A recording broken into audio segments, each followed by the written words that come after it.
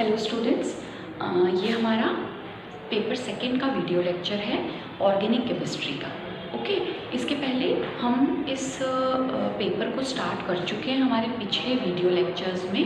Paper second का जो कि ऑर्गेनिक केमिस्ट्री का पेपर है उसके अंदर हम यूनिट 1 पढ़ रहे हैं। यूनिट 1 है nature of bonding in organic molecules. इसमें मैंने आपको पिछले 2 वीडियो लेक्चर्स में ये बताया है कि किस तरह से मॉलिक्यूल्स के अंदर बॉन्डिंग होती है।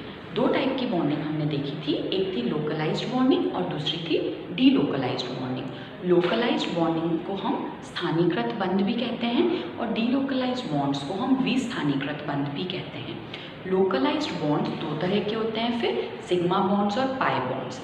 जब कोई बॉन्ड के इलेक्ट्रॉन्स सिर्फ 2 एटम्स के बीच में ही रिस्ट्रिक्टेड हों या प्रेजेंट हों, उसको हम कहते हैं लोकलाइज्ड बॉन्ड या लोकलाइजेशन ऑफ बॉन्ड्स। ओके, अगर 2 एटम्स से ज़्यादा उन इलेक्ट्रॉन्स का स्प्रेड हो या फैलाव हो, उसको हम कहते हैं डीलोकलाइजेशन। इसका मैंने आपको एक बहुत इंपॉर्टेंट एग्जाम्पल बताया था बेंजीन मॉलिक्यूल के साथ में। ओके, डीलोकलाइजेशन को हमको डिटेल में स्टडी करना है। हमने ऐसे 3 तरह के मॉलिक्यूल्स पढ़े थे जिनमें कि डीलोकलाइजेशन होता है। आप एक बात याद रखेंगे, you have to keep one thing in mind कि डीलोकलाइजेशन के रिजल्ट से मॉलिक्यूल में हमेशा स्टेबिलिटी आती है। Delocalisation brings about stability in a molecule. Okay, next चीज़ मैंने आपको बताई थी 3 तरह के मॉलिक्यूल्स जो कि डीलोकलाइजेशन शो कर सकते हैं। ऐसे मॉलिक्यूल्स जिनमें डबल और ट्रिपल बॉन्ड कॉन्जुगेशन में प्रेजेंट हों, ऐसे मॉलिक्यूल्स जिनमें डबल और ट्रिपल बॉन्ड किसी एडजेसेंट कार्बन के p ऑर्बिटल के साथ में कॉन्जुगेशन में प्रेजेंट हों, और third most important example hyper conjugation, या जिसे हम हिंदी में अति पर संयुग्मन कहते हैं, या जिसका दूसरा नाम है नो बॉन्ड रेजोनेंस। पहले 2 एग्जाम्पल्स वो हैं जिसमें डीलोकलाइजेशन तो हो रहा है लेकिन पाई इलेक्ट्रॉन्स का हो रहा है। ओके, हाइपर कॉन्जुगेशन वो एग्जाम्पल है जिसमें कि सिग्मा इलेक्ट्रॉन्स का डीलोकलाइजेशन हो रहा है। इस हाइपर कॉन्जुगेशन में मैंने आपको एक इम्पॉर्टेंट बेकर-नेथन इफेक्ट भी बताया था। ओके, इसके अलावा हम अपने पिछले वीडियो लेक्चर में जो टॉपिक कवर कर चुके हैं वो है क्रॉस कॉन्जुगेशन। क्रॉस कॉन्जुगेशन में हमने ऐसे कुछ एग्जाम्पल्स को स्टडी किया था जिसमें 3 तरह के ग्रुप्स प्रेजेंट हो, ए, बी और सी। उसमें से ए और बी जो हैं वो आपस में कॉन्जुगेटेड तो नहीं है, लेकिन वो दोनों सी के साथ कॉन्जुगेटेड हैं। जो थर्ड ग्रुप है उसके साथ वो दोनों कॉन्जुगेटेड है। कॉन्जुगेशन का मतलब मैं आपको पहले भी बता चुकी हूँ, आप लोग ये याद रखेंगे। जब ऑल्टरनेट डबल बॉन्ड्स या ऑल्टरनेट ट्रिपल बॉन्ड्स पाए जाते हैं, इस वो प्रॉपर्टी को हम कहते हैं कॉन्जुगेशन। ओके, कॉन्जुगेशन के रिजल्ट से भी डीलोकलाइजेशन आता है और मॉलिक्यूल में स्टेबिलिटी आती है। ये सब कुछ I have given you a recap of everything which we have studied till now. अभी तक जो जो टॉपिक्स हमने कवर किए उसका मैंने आपको जनरल इंट्रोडक्शन वापस से एक बार बता दिया है, रिविजन करवा दिया है। Today in our class we are going to study a topic called aromaticity. आप सब इस नाम से परिचित हैं। आज की क्लास में हम एक टॉपिक को स्टार्ट करेंगे, वो है एरोमेटिसिटी। बीएससी के लेवल पे आप लोग एरोमेटिसिटी पढ़कर आए हैं। एरोमेटिकता या एरोमेटिसिटी हम किसे कहते हैं? एरोमेटिक कंपाउंड होने के लिए इसका सबसे कॉमन एग्जाम्पल क्या है? Benzene. Benzene is the most common aromatic compound which has been studied widely. बहुत इसको डिटेल में साइंटिस्ट ने स्टडी किया है, इसकी हीट ऑफ हाइड्रोजनेशन और इसकी अलग अलग प्रॉपर्टीज़ को स्टडी किया गया है। तो सबसे अच्छा एग्जाम्पल एरोमेटिसिटी का है बेंजीन। एरोमेटिक मॉलिक्यूल का एक अच्छा एग्जाम्पल है। अब एरोमेटिक मॉलिक्यूल्स की अगर हम इन जनरल प्रॉपर्टीज़ को स्टडी करना चाहें तो वो क्या क्या होती हैं? Keep in mind the benzene molecule. आप लोग बेंजीन मॉलिक्यूल को अपने माइंड में ध्यान में रखेंगे और फिर हम इसकी प्रॉपर्टीज़ को देखेंगे। ये सारी वो प्रॉपर्टीज़ हैं जो ऑलरेडी आप बीएससी लेवल पर पढ़कर आए हैं। पहली बात, an aromatic molecule it should B cyclic. उसे चक्रीय होना चाहिए, साइक्लिक होना ज़रूरी है।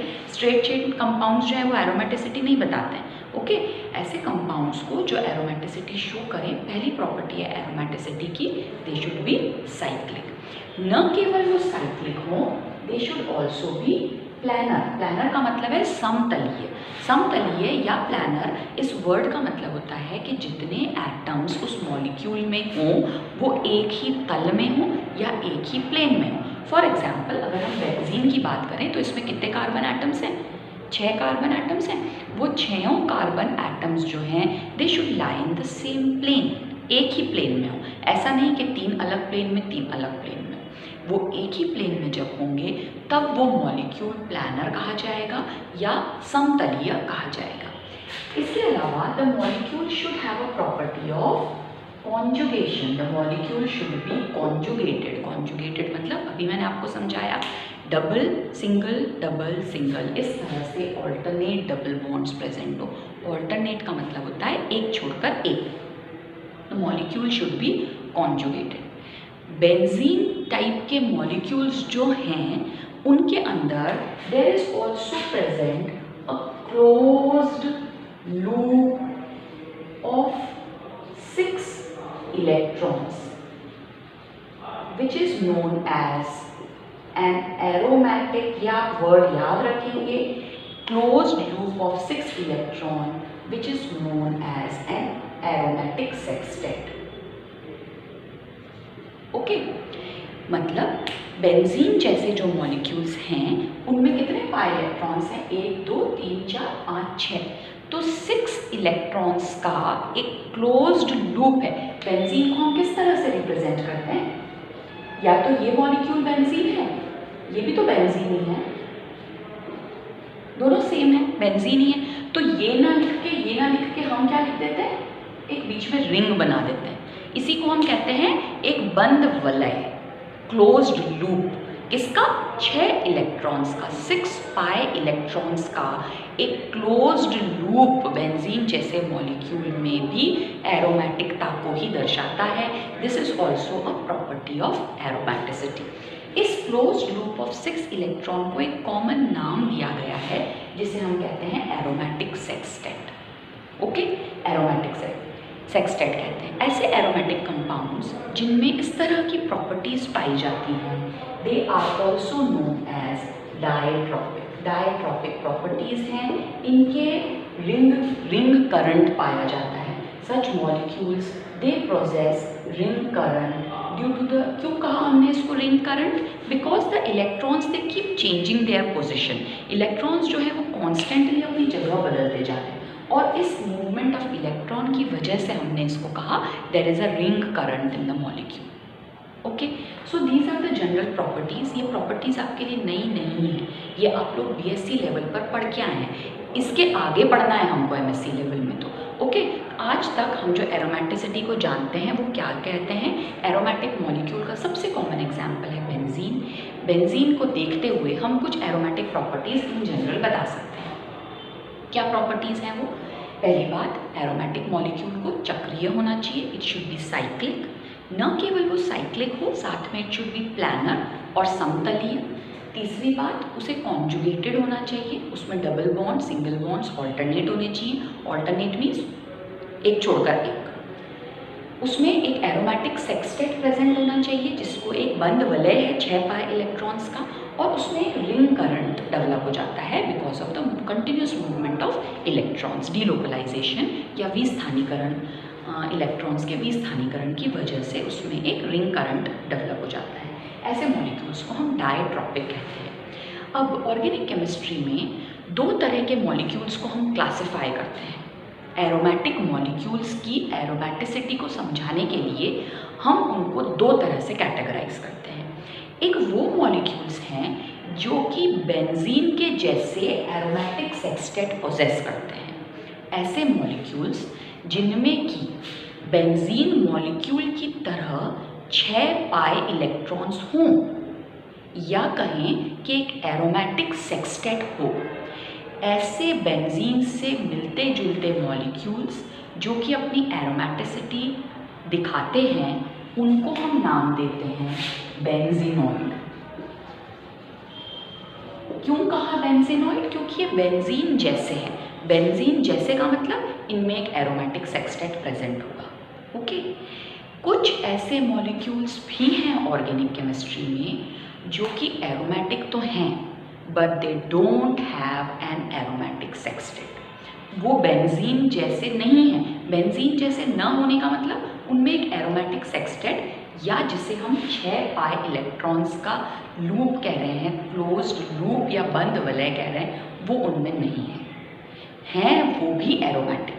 तो aromatic molecules they can be classified into 2 forms, 2 types, एक benzenoid and the other one is non benzenoid. Both can be aromatic, दोनों मॉलिक्यूल्स में एरोमेटिसिटी प्रेजेंट हो सकती है, लेकिन अगर उनमें 6 पाई इलेक्ट्रॉन्स का एरोमेटिक सेक्सटेट है तो उनको हम नाम दे देंगे बेंजीनॉइड। अगर उनमें एरोमेटिसिटी तो है लेकिन 6 पाई इलेक्ट्रॉन्स नहीं है, उसको हम नाम देंगे नॉन बेंजीनॉइड। तो जब मॉलिक्यूल में 6 पाई इलेक्ट्रॉन्स नहीं है तो हमने उन्हें एरोमेटिक कहा ही क्यों? आपने एक रूल सुना होगा, हक्कल रूल। पढ़ के आए होंगे आप, स्कूल में भी पढ़ते हैं, पीएससी लेवल पे भी पढ़ते हैं, हक्कल्स रूल। हक्कल रूल भी किसी मॉलिक्यूल की एरोमेटिसिटी को बताता है। हो सकता है उस मॉलिक्यूल में 6 पाई इलेक्ट्रॉन्स न हो, but still that molecule can be aromatic according to Huckel rule. Huckel rule आप लोग पढ़ चुके हैं। एक और प्रॉपर्टी है इन सारे पॉइंट्स के अलावा, there is one more property, a molecule should obey Huckel's rule. एक एरोमेटिक मॉलिक्यूल को हक्कल रूल ओबे करना चाहिए। हक्कल रूल क्या है मैं आपको समझा रही हूँ। जो बच्चे वीडियोस के अकॉर्डिंग क्लास नोट्स बना रहे हैं, आप ये सारे पॉइंट्स किसी एरोमेटिक कंपाउंड में लिखेंगे। अ molecule should B cyclic, planar, conjugated, it should have an aromatic sextet, a ring current, or it can follow the obey the Huckel's rule, तब वो मॉलिक्यूल एरोमेटिक कहलाएगा। ऐसे मॉलिक्यूल्स ऑर्गेनिक केमिस्ट्री में जिनमें कि aromatic sextet होता है या जो बेंजीन के जैसे होते हैं उन्हें हम कहते हैं बेंजीनॉइड। ऐसे मॉलिक्यूल्स ऑर्गेनिक केमिस्ट्री में जिनमें कि एरोमेटिसिटी तो है लेकिन उनमें एरोमेटिक सेक्सटेट नहीं है, they are not like benzene in the number of pi electrons, then they are called non benzenoid molecules. Okay, अब हमको देखना है what is Huckel rule. Huckel rule हम किसे कहते हैं?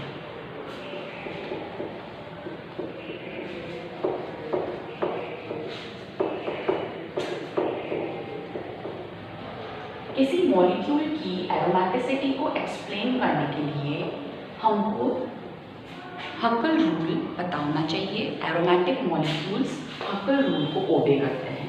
हक्कल रूल आप लोगों के लिए नया नहीं है। हक्कल रूल जो है, if a molecule has 4n+2 pi electrons, अगर किसी मॉलिक्यूल में 4n+2 पाई इलेक्ट्रॉन्स हों तो वो, दिस इज हक्कल रूल, तो वो एरोमेटिक होता है। 4n+2 में 4 दिख रहा है, n is an integer, n is an integer, it can be 0, 1, 2, 3, 4 any number। Integer का मतलब होता है होल नंबर, मतलब ये पॉइंट में नहीं आएगा नंबर या फ्रैक्शन में 1/2, 0.5, 0.4 ऐसा नहीं होना चाहिए। It should be a whole number, it should be an integer.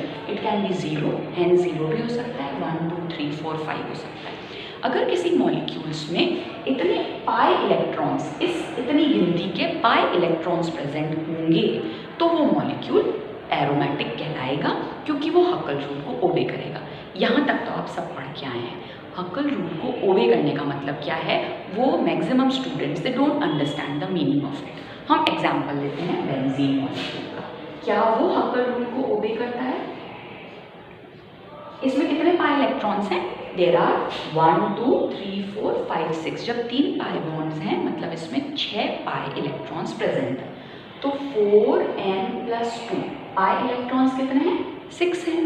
तो हम n की वैल्यू निकालें। 4n = 6 - 2 क्या आएगा? 4।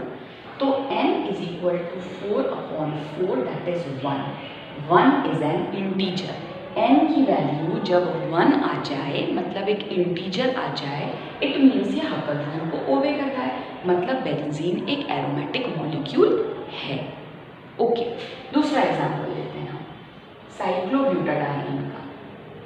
यह हमने लिया साइक्लोब्यूटाडाइन का एग्जाम्पल। इसमें हम देखेंगे 4n+2 कितने इलेक्ट्रॉन्स हैं? 2 पाई बॉन्ड, एक बॉन्ड में 2 इलेक्ट्रॉन्स, मतलब टोटल 4 पाई इलेक्ट्रॉन। बात सिर्फ पाई इलेक्ट्रॉन्स की हो रही, 4n+2 pi electrons. Okay, now 4n = 4 - 2, ये 2 इधर चला गया, इट इज 2, तो n = 2/4। जब हम कैंसिल करेंगे 1/2 या हम कहें 0.5, तो n is not an integer. तो ये मॉलिक्यूल जो है साइक्लोब्यूटाडाइन का जो मॉलिक्यूल है ये एरोमेटिक तो नहीं है, क्योंकि ये हकल रूल को नहीं ओबे कर रहा है। ओके, हम अभी तक आप लोग बीएससी के लेवल तक आप लोग क्या पढ़ते आए हैं? Aromatic compounds.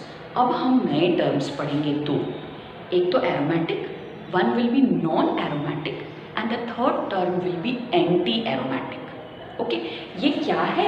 एरोमेटिक तो नहीं है, नॉन एरोमेटिक है कि एंटी एरोमेटिक है वो हम तब डिसाइड करेंगे जब हम नॉन एरोमेटिक और एंटी एरोमेटिक की प्रॉपर्टी को पढ़ेंगे। ओके, सो हकल रूल तो ये ओबे नहीं कर रहा। इस तरह से बहुत सारे है, तो लेकिन ये कॉन्जुगेटेड ही डबल सिंगल साइक्लिक भी है, कॉन्जुगेटेड भी है, प्लानर भी है, हकल रूल को ओबे नहीं कर रहा है, इसलिए ये एरोमेटिक नहीं है। वो सारी कंडीशंस फुलफिल होंगी जो मैंने अभी लिखी थी, तभी मॉलिक्यूल जो है वो एरोमेटिक होगा। हो सकता है कि हकल रूल को ओबे भी करे कोई मॉलिक्यूल लेकिन प्लानर ना हो, तो भी वो एरोमेटिसिटी की प्रॉपर्टी नहीं शो करेगा, क्योंकि एरोमेटिक होने के लिए मॉलिक्यूल का cyclic, planar, conjugated, closed loop of electrons plus Huckel rule को ओबे करना, ये सारी प्रॉपर्टीज़ फुलफिल होनी चाहिए, तभी वो मॉलिक्यूल एरोमेटिक मॉलिक्यूल की कैटेगरी में आता है। हकल रूल आपको इन दो एग्जाम्पल से आई होप समझ में आ गया होगा। उसके अंदर ऐसे मॉलिक्यूल्स जिनमें 4n+2 पाई इलेक्ट्रॉन्स पाए जाते हो और जहाँ पे n की वैल्यू जो हो वो एक इंटीजर, होल नंबर, तब हम उसको कहते हैं एक एरोमेटिक मॉलिक्यूल, जब वो हकल रूल को ओबे करता है तब।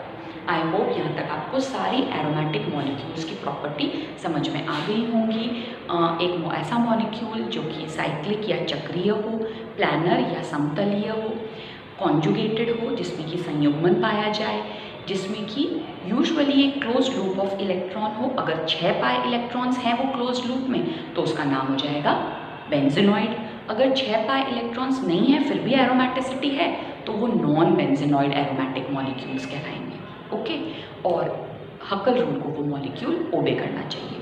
ये सारी प्रॉपर्टीज़ हैं किसी भी मॉलिक्यूल को एरोमेटिक बनाती हैं अगर ये प्रॉपर्टीज़ उसमें होती हैं तो। ओके,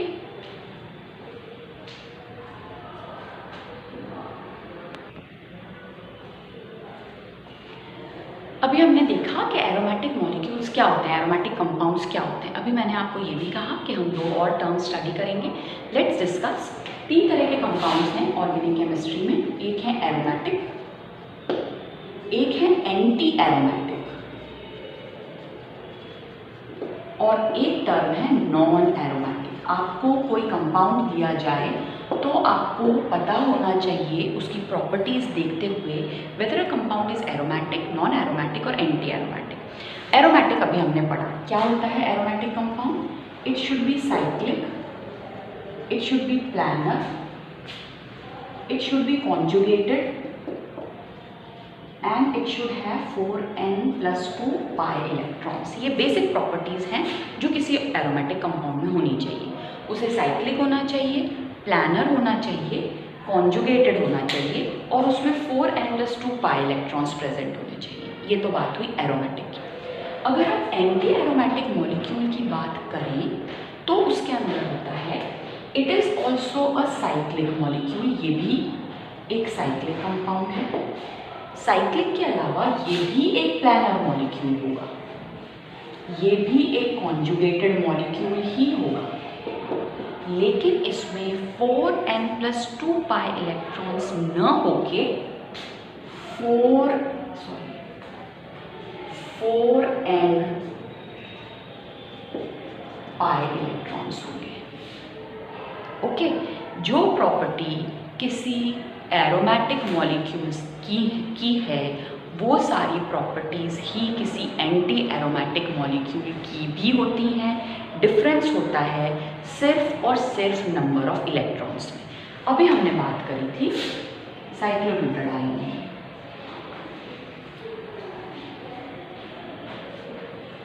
ये हमने बात करी थी साइक्लोब्यूटाडाइन की। साइक्लोब्यूटाडाइन के केस में क्या होता है, अभी हमने इसका 4n+2 रूल निकाल के देखा, तो इसके अंदर n इंटीजर नहीं आ रहा था, मतलब ये एरोमेटिक तो नहीं था। अगर मैं इसमें 4n लगा के देखूँ, नंबर ऑफ पाई इलेक्ट्रॉन्स कितने, 1 2 3 4, 4 n is equal to 4/4, that is 1।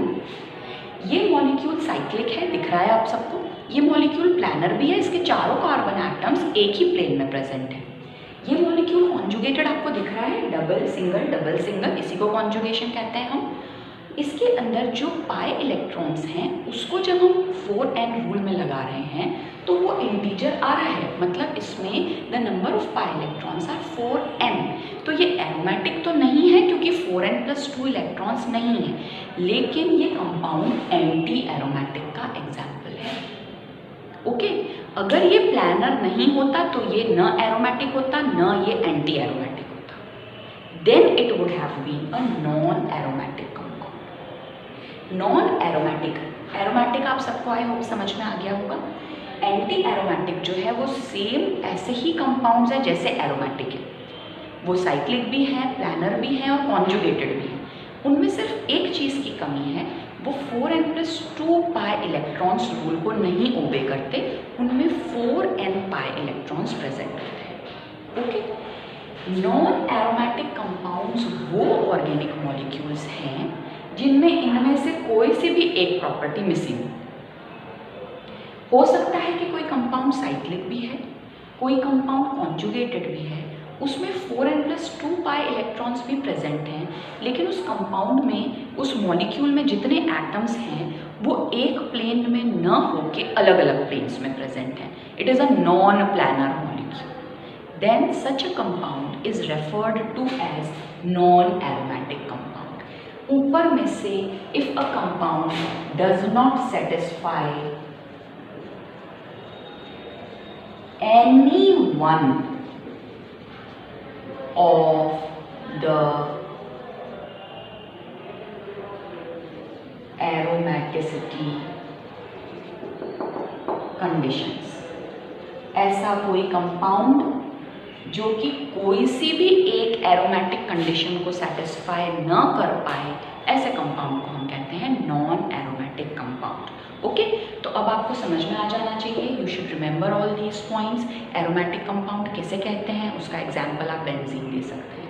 Anti aromatic compound हम किसे कहते हैं, है वो एक एरोमेटिक जैसा ही कंपाउंड, सेम प्रॉपर्टीज़ है, number of pi electrons 4n है उसमें। नॉन एरोमेटिक कंपाउंड क्या है, वो कंपाउंड जिसमें इनमें से कोई सी भी एक प्रॉपर्टी भी मिस हो जाए, बाकी सब सेटिस्फाई हो रही हो, एक मिस हो जाए। If it does not satisfy any one of the aromaticity condition, then it comes under the category of non aromatic compound. कोई भी एक कंडीशन को अगर वो सेटिस्फाई ना करे तो वो नॉन एरोमेटिक कंपाउंड की कैटेगरी में आता है। हमारे सिलेबस में जो हम आने वाले हमारे वीडियो लेक्चर में टॉपिक स्टडी करेंगे वो है benzenoid and non benzenoid molecules. अभी मैंने आपको बताया ऐसे मॉलिक्यूल्स जो कि बेंजीन जैसे हों। बेंजीन जैसे का मतलब है जिसमें एरोमेटिक सेक्सटेट हो, एरोमेटिक सेक्सटेट का मतलब है जिसमें 6 पाई इलेक्ट्रॉन्स हो, उनको हम बेंजेनॉइड कैटेगरी में डालेंगे। और नॉन बेंजेनॉइड जो हैं तो एरोमेटिक, लेकिन उनमें 6 पाई इलेक्ट्रॉन्स या एरोमेटिक सेक्सटेट नहीं है, 4n+2 पाई इलेक्ट्रॉन्स हैं, ये सारी कंडीशंस तो हैं, लेकिन 6 पाई इलेक्ट्रॉन्स नहीं है। कैसे होंगे वो एरोमेटिक, वो भी हम देखेंगे। n इंटीजर आ जाएगा हक्कल रूल के अकॉर्डिंग, साइक्लिक भी होंगे, प्लानर भी होंगे, कॉन्जुगेटेड भी होंगे, then they come in the category of non benzenoid molecule. It is a big topic, बड़ा टॉपिक है, और एग्ज़ाम में आपके 15 मार्क्स के क्वेश्चन में कभी 6 मार्क पार्ट बी में, पार्ट ए में, पार्ट बी में, पार्ट सी में ये क्वेश्चन पूछा जाता है। Aromaticity in benzenoid and non benzenoid compounds, उनको समझने के लिए आपको ये तीनों चीज़ें, टर्म्स जानने ज़रूरी थे, जो कि आज के हमने वीडियो लेक्चर में स्टडी किया है। आई होप यहाँ तक आपको समझ में आया होगा। Please and please go through this video, आप इस वीडियो को ध्यान से देखें। This is the basic of organic chemistry. ये नहीं समझोगे तो आगे के कंसेप्ट्स नहीं क्लियर होंगे। ये समझते हुए चलोगे तो आगे आगे you are going to get it very easy and interesting. आपको इंटरेस्टिंग लगेगा आने वाले वीडियोस। ओके।